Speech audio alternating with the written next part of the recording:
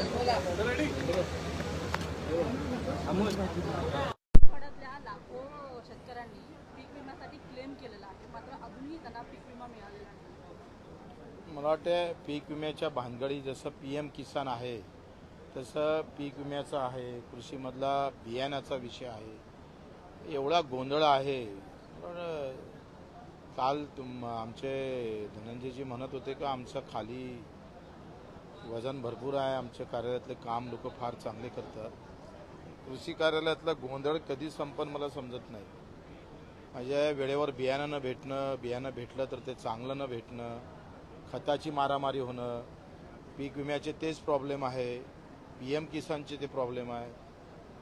या संदर्भात मला वाटते कायमची एक उपाययोजना आपण केल्या पाहिजे सरकारनं, नाहीतर लोक मग कार्यालय हाती घेतल्याशिवाय राहणार नाही। ओ महाराज तू खाली बस।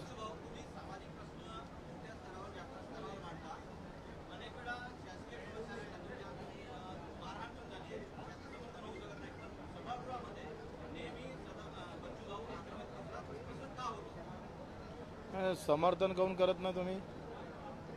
समर्थन काऊन करत ना? मारल्याचं समर्थन का करत नाही? अहो तुम्ही मारल्याचं समर्थन का करत नाही सांगा ना।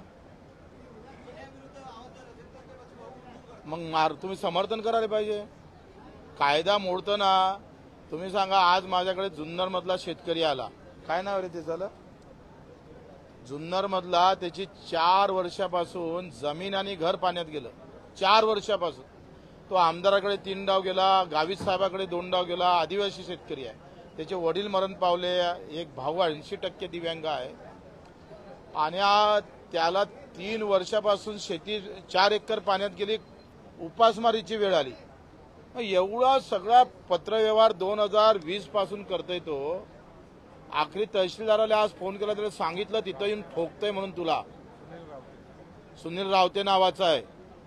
मग त्यानं लगेच फोन केला शेतकऱ्याला, म्हणे आज आता अहवाल पाठवतोय। काय करायचं मग तुम्ही सांगा ना, तसं वागतो। हां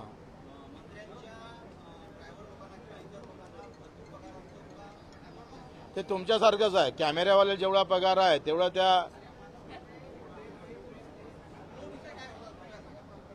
त्या एसटी मध्ये, आता एसटी मध्ये जो चालक आहे तो 50 जणांना घेऊन जातो आणि तुम्ही जर एसटीची अवस्था जर पाहिली तर ड्रायव्हर चालकाजवळच इंजन आहे, म्हणजे अधिक वाईट आहे।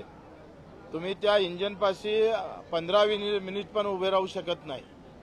आमच्या अध्यक्ष साहेबाचा ड्रायव्हर एसी मध्ये जातो, फुल इंजन मागाय ते चालत आणि त्याला कुठल्याही प्रकारच्या फार कष्ट लागत नाही। त्याला 38-30 हजार रुपये महिना आहे आणि आमच्या एसटी चालकाला जो 50 लोक रोज घेऊन जातो इकडे तिकडे, हजारो लोकांची सेवा करतोय, त्याला 12,000 का?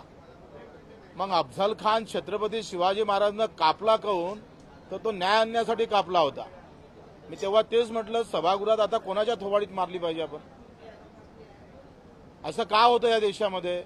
तुम्ही सांगा, चांगला खेळाडूंना जर सुवर्ण पदक आणलं तर 1 कोटी भेटते आणि दिव्यांगानं सुवर्ण पदक आणलं तर 3 लाख भेटते।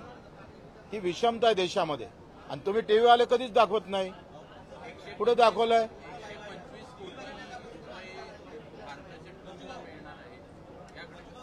क्रिकेट म्हणजे सगळ्या खेळाडूचा जवई आहे। क्रिकेट म्हणजे एखादा आमचा कुस्तीगीर सुवर्ण पदक आणते तर तिथं त्या तुमचे कॅमेरे जात नाही, आमचे नेते जात नाही, लोकही जात नाही। म्हणजे खेळ सारखेच आहे, त्याच्यात प्रावीण्य दाखवलं इतर गेम मध्ये तर तुमचे कॅमेरे तिकडे कधी जात नाही, आमचे नेते मंडळी पण जात नाही। पण क्रिकेट मधला 4 चौक्याने 1 छक्का मारला का लोक बिलकुल तयार असतात। विजय भेटला, भारताचा सन्मान वाढवला, आम्ही आनंदीच आहोत। पण असं होऊ नये। समाजामध्ये प्रेरणाचं काम सोशल मीडियानं तुम्ही सुद्धा केलं पाहिजे, मीडियानं। क्रिकेटचा मुद्दा आहे भाऊ. एकच टीम इंडिया आज मुंबईमध्ये येते, मात्र गुजरातची बस ही त्यांच्यासाठी वापरण्यात येते. बेस्टच्या बस ताफ्यात बस नाही का, असा सवाल आता विरोधकांकडून होतोय. तुमचं काय प्रतिक्रिया यावर? गुजरातच्या बेस्ट बस चांगल्या आहे आपल्यापेक्षा, हेच त्याच्यावरून सांगणार. एक राजकीय प्रश्न आहे. नुकताच तुमच्या आणि राजू शेट्टींची बैठक झाली. विधानसभेच्या दृष्टीनं काही रणनीती असणार आहे का? राजूजी शेट्टी आणि आम्ही बसलो आहे. आज आमची बैठक झाली. धीरे धीरे सगळे लहान मोठे जे कार्यकर्ते आहे त्यांना एकत्रित करून मूड बांधणी करण्याचा प्रयत्न आम्ही करतो आहे आणि त्याला आम्हाला यश येईल. एक वेगळा प्रश्न असा आहे की आज संभाजीराजे यांनी पत्रकार परिषद घेतली. त्यांनी ऑनलाईन गेमिंगचा मुद्दा उपस्थित केलेला आहे. जंगली रमी किंवा हे बाकीचे ड्रीम्स 11 जे आहेत त्याच्यामुळे हजारो लोकांची घरं उद्ध्वस्त होतात असा त्यांनी विषय मांडला. तुम्ही देखील काही काळापूर्वी आम्ही आता आंदोलन केलेलं होतं. त्यांनी असं त्यांचं असं म्हणणं आहे की जर गृहमंत्र्यांनी या विषयावरती जर सभागृहात भूमिका मांडली नाही तर आम्ही विधानभवनावर येऊन आंदोलन करू. त्यांचा दुसरा एक विषय असा सुद्धा होता की जशा पद्धतीने आर पाटील यांनी डान्सबार बंदी केली, आपल्याला चांगला महसूल मिळत असून सुद्धा तरी सुद्धा, आणि याच विषयावरती जसं ऑनलाईन गेमिंगच्या माध्यमातून आपल्याला मोठ्या रकमेचा जीएसटी मिळतो, तर सरकारने अशा पद्धतीने आर पाटलांसारखी भूमिका घ्यावी, मोठा निर्णय घ्यावा, अन्यथा आम्ही आंदोलन करू. हे अगदी बरोबर आहे. तुम्ही जर हार्ड कॉपी घेऊन पत्त्याचे खेळले जुगार, म्हणजे तुम्ही पत्ते खेळले जुगार खेळले म्हणजे त्याला काय म्हणतो आपण, फिजिकली खेळलो तर तो गुन्हा होतं आणि ऑनलाईन तेच पत्ते खेळले तर गुन्हा होत नाही. हे अजब दुनिया आहे. आणि म्हणून आम्ही 10 तारखेला महात्मा गांधीजीचा पुतळा आहे त्याच्यासमोर खुली जुगार खेळणार आहोत. खुला जुगार आम्ही तिथं खेळणार ऑनलाईन गेमिंगच्या विरोधात. आम्ही सगळ्याला तिथं आमंत्रित करतो, तुम्ही पण या जुगार खेळाले.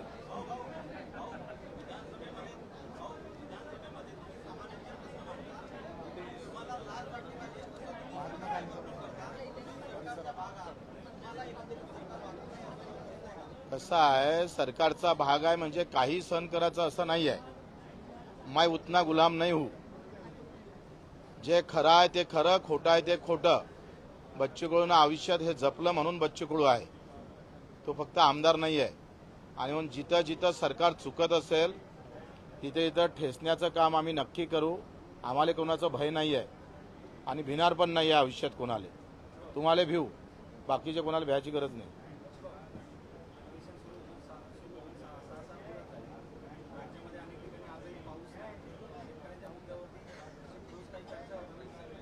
काय होतंय, हा अवेळी पाऊस आणि नाही पाहिजे तेव्हा पाऊस, सगळं जुगार, सगळा खेळ निसर्गावर आणि निसर्गातून सुटला तर मग सरकारवर.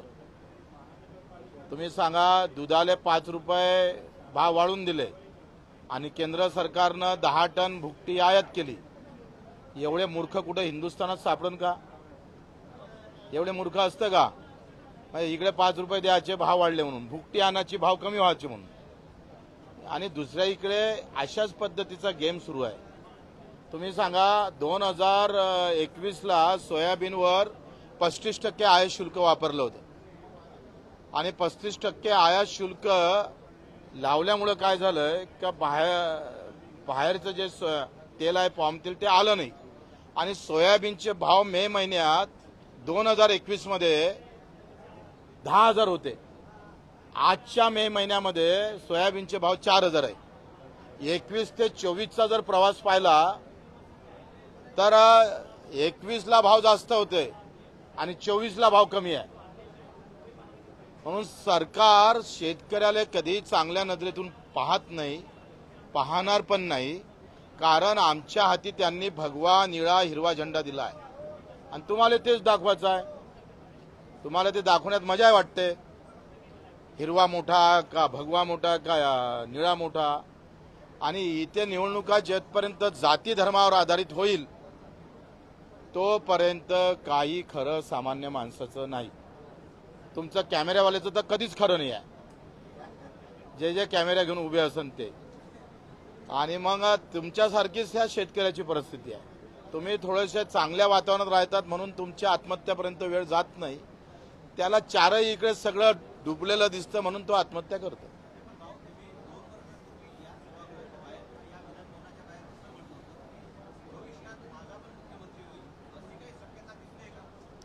का असं का नाही होऊ शकत? तुम्ही सांगा काही होऊ शकते.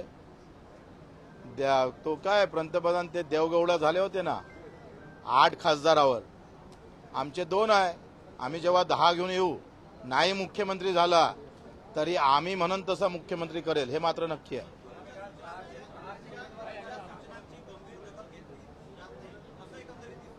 नाही दखल घेतली. काल सीएम साहेबांनी ते 1,03,00,000ची तफावत आहे ते सांगितलं त्यांनी. काल आम्ही त्या काय म्हणते सेवा हमी कायद्याचं पण किती दिवस फाईल. या प्रशासनाला कुठं होतंय? एका माणसावर कारवाई नाही आहे.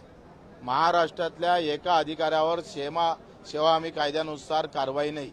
फाईल 7 दिवसाच्या आत वरते राहिली तर शिस्तभंग होते. असं कुठं आठवते का? 7 दिवसाच्या आत फाईल काढतं. 6 मंत्रालय चांगले करायला लागते मजले मंत्रालयातले. पुरा महाराष्ट्र एका दिवशी तालावर येतं. पण इथंच बिघाड आहे, इंजिनमध्येच प्रॉब्लेम आहे. आता बस करा ना बाबा. हा हो, आम्ही आता 15 ते 20 तयारी आहे वाढण ते. कारण हे तिघं एकत्र होणार, त्यांच्याकडून एकच उमेदवार येणार आणि ज्याचं कुठं जमलं नाही तो बच्चू कडकडे येणार.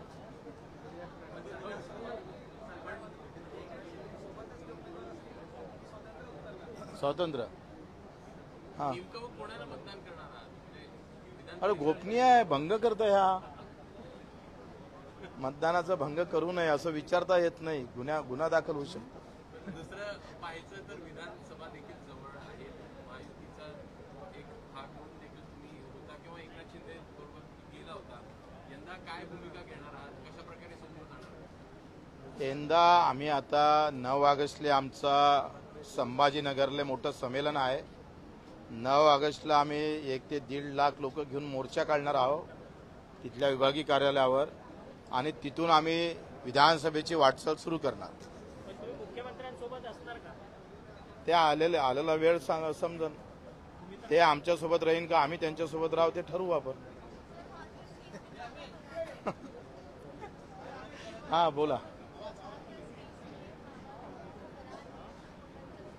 काय हाथरस मध्ये एका बाबाने प्रवचन ठेवलेलं होतं. हा, त्या बाबाच्या प्रवचनामध्ये चेंगराचेंगरी झाली आणि जवळपास 121 जणांचा मृत्यू पण झाला. जाव काय यायचे इतकी गर्दी करून लोकांना पण काही समजलं पाहिजे ना. मैं क्या बोलता हूँ कि लोगों ने भी इतनी भीड़ नहीं करना चाहिए. अगर भीड़ होती है तो प्रशासन क्या किया, उन पर कार्रवाई होना चाहिए. इतने लोग अगर वहाँ मर गए हैं तो फिर प्रशासन ने क्या किया? वहाँ का एसपी हो या वहाँ का कलेक्टर हो, उसको निलंबन होना चाहिए उसका तुरंत.